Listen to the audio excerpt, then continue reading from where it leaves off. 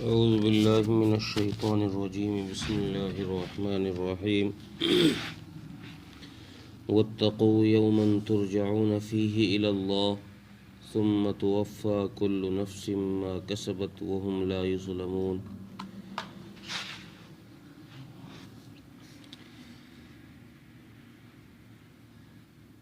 یہاں پر سود کا جو بیان ہوا تھا وہ یہاں پر ختم ہو رہا ہے۔ پچھلی آیتوں میں سود کے متعلق یہ حکم دیا گیا تھا کہ یہ سود لینا بہت بڑا گناہ ہے، اس لیے تاکیداً حکم یہ تھا کہ اس کو چھوڑ دو اور اس کے قریب بھی نہ جاؤ، چونکہ سود سے مال گھٹتا ہے اور صدقہ اور خیرات کے ذریعے سے مال بڑھتا ہے، اس لیے صدقہ خیرات کا اہتمام کرو اور سود سے باز آ جاؤ۔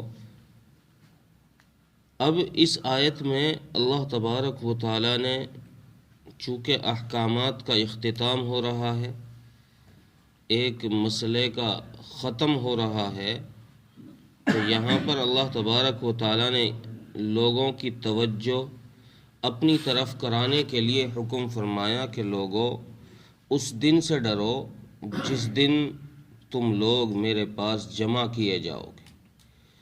ایسا نہیں ہے کہ تم ہمیشہ دنیا میں ہی زندہ رہو گے اور تمہیں یہاں سے جانا ہی نہیں پڑے گا۔ ایک دن آئے گا کہ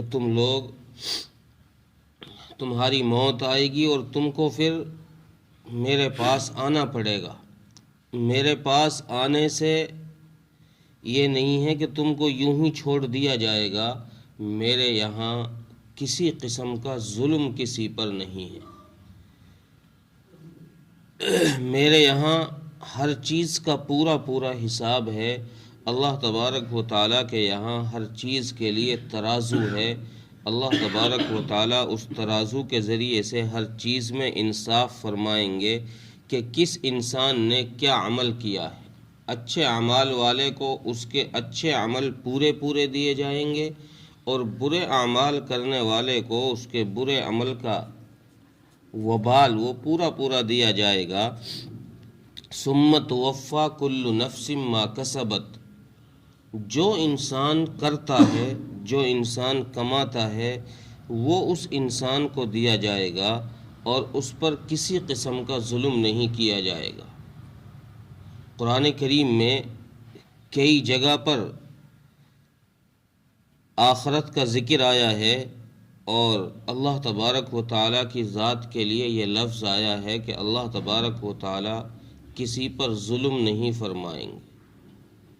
مطلب یہ ہے کہ اللہ تبارک و تعالیٰ انسان کو اس کے عمل کے مطابق ہی اجر یا سزا دیں گے۔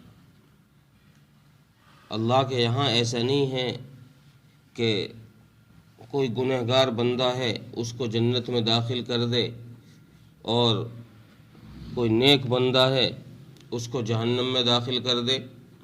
اللہ کو ذاتی دشمنی کسی سے نہیں ہے، ذاتی دشمنی، ذاتی عداوت کسی سے نہیں ہے، بلکہ اللہ تبارک و تعالیٰ تو یہ چاہتے ہیں کہ میرے سارے ہی بندے جنت کے اندر چلے جائیں۔ اس لیے حدیث شریف میں بھی آتا ہے کہ اللہ تبارک و تعالیٰ 70 ماؤں سے بھی زیادہ بندے سے محبت کرتے ہیں، اس لیے ذرا سے بہانے اللہ تبارک و تعالیٰ نے مغفرت کے لیے ڈھونڈ رکھے ہیں اور ان پر اللہ تبارک و تعالیٰ مغفرت کرتے ہیں۔